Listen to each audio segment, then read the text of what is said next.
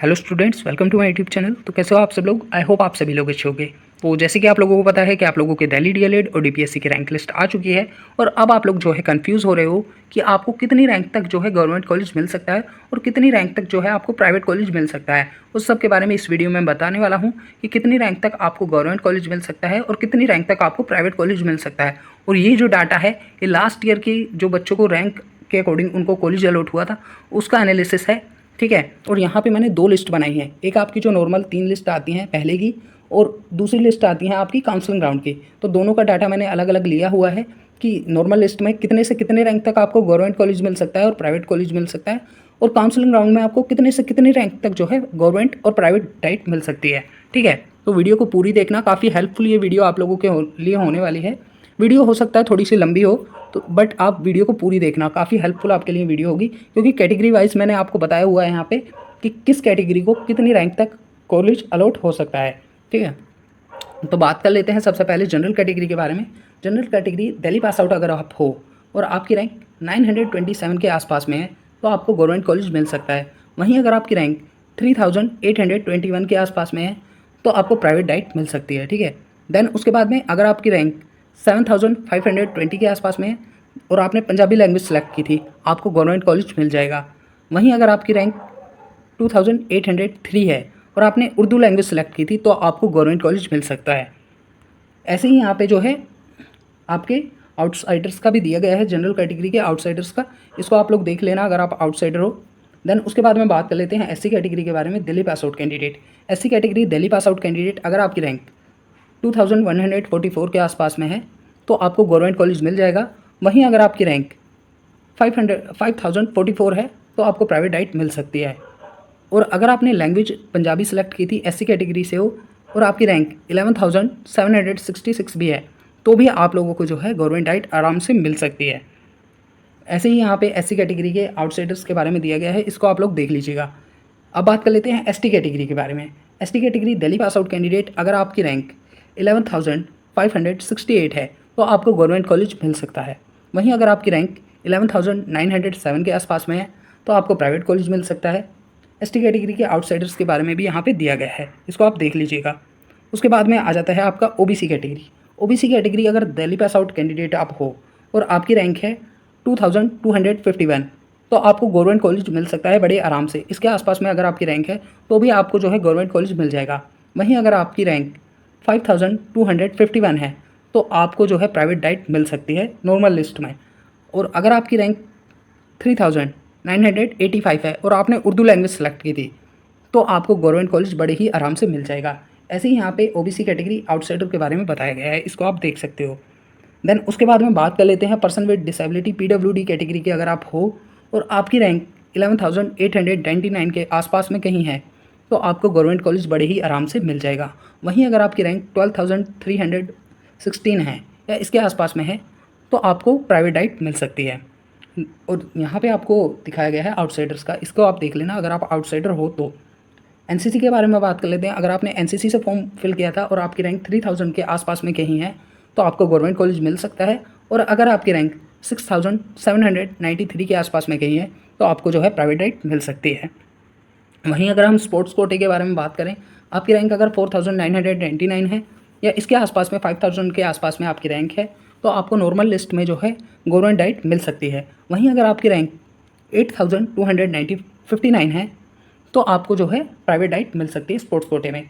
वहीं अगर आप डिफेंस पर्सन वाले हो तो आपकी रैंक अगर 10,506 है या इसके आसपास में है तो आपको गवर्नमेंट डाइट मिल जाएगी।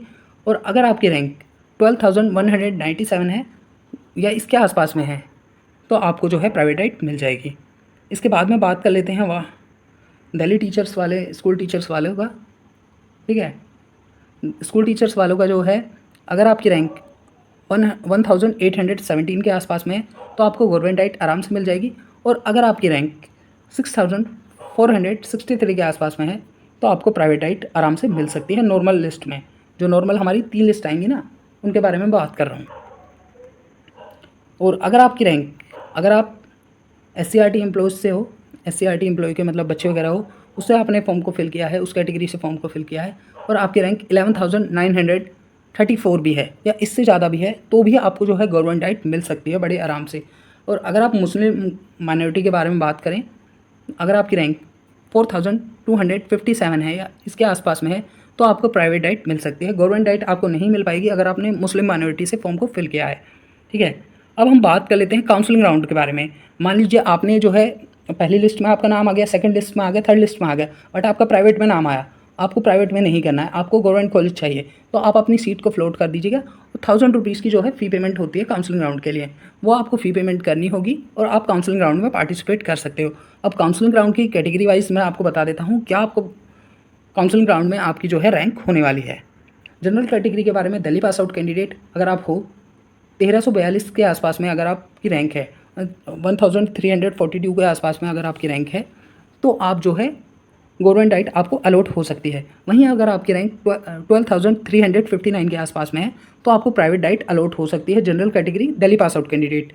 और अगर आपकी रैंक 9,373 के आसपास में है और आपने पंजाबी कैटेगरी से फॉर्म को फिल किया था तो आपको जो है गवर्नमेंट डाइट मिल सकती है। वहीं अगर आपने जनरल कैटेगरी हो, आप दिल्ली पास आउट कैंडिडेट हो, उर्दू से आपने फॉर्म को फिल किया था और आपकी रैंक 7012 के आसपास में है तो आपको गवर्नमेंट कॉलेज मिल सकता है। ऐसे ही यहाँ पे जो है जनरल कैटेगरी आउटसाइडर के बारे में बताया गया है। देन उसके बाद आ जाते हैं हम SC category Delhi pass out candidate. SC category counselling round के बारे में बात कर रहा हूँ यहाँ पे मैं, ठीक है। काउंसलिंग राउंड में SC category Delhi pass out candidate अगर आप हो और अगर आपकी रैंक 11,376 के आसपास में है तो आपको गवर्नमेंट कॉलेज आराम से मिल सकता है काउंसलिंग राउंड में। और अगर आपकी रैंक 11,773 के आसपास में है तो आपको जो है प्राइवेट डाइट मिल सकती है। वहीं अगर हम पंजाबी लैंग्वेज के बारे में बात करें, पंजाबी लैंग्वेज से अगर आपने फॉर्म को फिल किया है, एससी कैटेगरी से आप हो और अगर आपकी रैंक 11,766 है तो आपको जो है गवर्नमेंट डाइट मिल सकती है। देन उसके बाद में यहाँ पे एससी कैटेगरी आउटसाइडर के बारे में बताया गया है, ये आप लोग देख लीजिएगा, ठीक है। इसके बाद में बात कर लेते हैं ST category Delhi pass out candidate. अगर आपकी रैंक 11,906 के आसपास में कहीं है तो आपका काउंसलिंग राउंड में गवर्नमेंट डाइट आपको मिल सकती है। और वहीं अगर हम बात कर लें ST category Delhi pass out candidate के बारे में, अगर आपकी रैंक 11,907 के आसपास में है या इससे ज़्यादा है तो आपको प्राइवेट डाइट बड़े ही आराम से मिल जाएगी काउंसलिंग राउंड में, ठीक है। उसके बाद में यहाँ पे जो है आपका आउटसाइडर का बताया गया है एसटी कैटेगरी का, इसको आप देख लीजिएगा। Then OBC category Delhi pass out candidate, इसमें अगर आपकी रैंक है 8,655 के आसपास में आपकी रैंक है तो आपको जो है गवर्नमेंट कॉलेज आराम से मिल जाएगा। वहीं अगर हम OBC category Delhi pass out candidate के बारे में बात करें, उर्दू लैंग्वेज के बारे में, अगर आपने उर्दू लैंग्वेज से फॉर्म को फिल किया है और आप OBC category Delhi pass out candidate हो, उर्दू से आपने फॉर्म को फिल किया है काउंसलिंग राउंड में, तो अगर आपकी रैंक 11,635 के आसपास में है तो आपको जो है गवर्नमेंट कॉलेज मिल सकता है। वहीं यहाँ पे आपको ओबीसी कैटेगरी, ये गलत दिया गया है, इसको मत वो करना, ओबीसी कैटेगरी आउटसाइडर्स का बताया गया है, ठीक है। फिर इसके बाद में आ जाता है आपका पीडब्ल्यूडी से अगर आप काउंसलिंग राउंड में अप्लाई करते हो, दिल्ली कैंडिडेट, ठीक है, दिल्ली पास आउट कैंडिडेट अगर आप हो, पीडब्ल्यूडी से अगर आप अप्लाई कर रहे हो काउंसलिंग राउंड के लिए, तो अगर आपकी रैंक 11,899 के आसपास में है तो आपको जो है गवर्नमेंट डाइट मिल सकती है बड़ी ही आराम से। वहीं अगर आपकी रैंक 12,092 के आसपास में है तो आपको प्राइवेट डाइट मिल सकती है। देन उर्दू के बारे में बात कर लें, अगर आपकी रैंक 11,574 के आसपास में है और आपने दिल्ली पास आउट हो आप और पीडब्ल्यूडी कैटेगरी से हो और आपने उर्दू से फॉर्म फिल किया है तो आपकी 11,574 तक लास्ट ईयर जो है कैंडिडेट को गवर्नमेंट सीट मिली है, ठीक है। ऐसे ही यहाँ पे जो है आउटसाइडर के बारे में बताया गया है पीडब्ल्यूडी कैटेगरी के बारे में। उसके बाद में आ जाता है हमारा एनसीसी कैटेगरी। एनसीसी कैटेगरी से अगर आपने फॉर्म को फिल किया है और आपकी रैंक 10,254 के आसपास में है और आपने काउंसलिंग राउंड के लिए अप्लाई किया है तो आप जो है गवर्नमेंट डाइट आपको मिल सकती है। वहीं अगर आपकी रैंक 12,055 के आसपास में है कहीं तो आपको जो है काउंसलिंग राउंड में प्राइवेट डाइट मिल सकती है। स्पोर्ट्स कोटे से अगर आपने फॉर्म को फिल किया है और आपकी रैंक 9,752 है या इसके आसपास में कहीं है तो आपको जो है गवर्नमेंट डाइट मिल सकती है। और अगर आपकी रैंक 9,936 के आसपास में है तो आपको प्राइवेट डाइट मिल सकती है, ठीक है। उसके बाद में बात कर लेते हैं हम ward of ex service defence वाले के बारे में। इसमें जो है अगर आपकी रैंक 8,869 के आसपास में है तो आपको गवर्नमेंट डाइट मिल सकती है और अगर आपकी रैंक 135 के आसपास में है तो आपको प्राइवेट डाइट मिल सकती है। ये काउंसलिंग राउंड के बारे में बात कर रहा हूँ, ठीक है। उसके बाद में बात कर लेते हैं हम स्कूल टीचर्स वाले में। स्कूल टीचर्स वाले में आपकी जो है 10,506 के आसपास अगर आपकी रैंक है तो आपको गवर्नमेंट डाइट मिल सकती है काउंसलिंग राउंड में।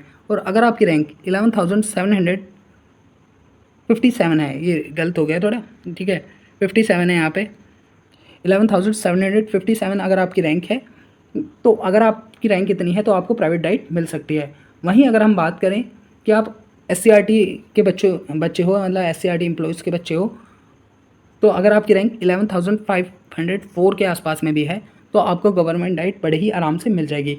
मुस्लिम माइनॉरिटी से अगर आपने फॉर्म को फिल किया है तो आपको गवर्नमेंट डाइट बिल्कुल भी नहीं मिल पाएगी, ठीक है, क्योंकि मुस्लिम माइनॉरिटी के लिए एक कॉलेज है सिक्सराय में, उसमें जो है आपकी 50% सीट्स रिजर्व की गई हैं, ठीक है। तो वहाँ पे जो है सारे बच्चों का मुस्लिम माइनॉरिटी से जो फॉर्म फिल करते हैं उस प्राइवेट कॉलेज में उनका एडमिशन होता है। और अगर आपकी रैंक है 10,891 के आसपास में आपकी रैंक है तो आपको मुस्लिम माइनॉरिटी से उस कॉलेज में एडमिशन मिल जाएगा। तो अगर आपको वीडियो अच्छी लगी हो, वीडियो को लाइक और चैनल को सब्सक्राइब कर लीजिएगा ताकि DLED से रिलेटेड सारी इन्फॉर्मेशन आपको टाइम टू टाइम मिलती रहे। Thank you so much.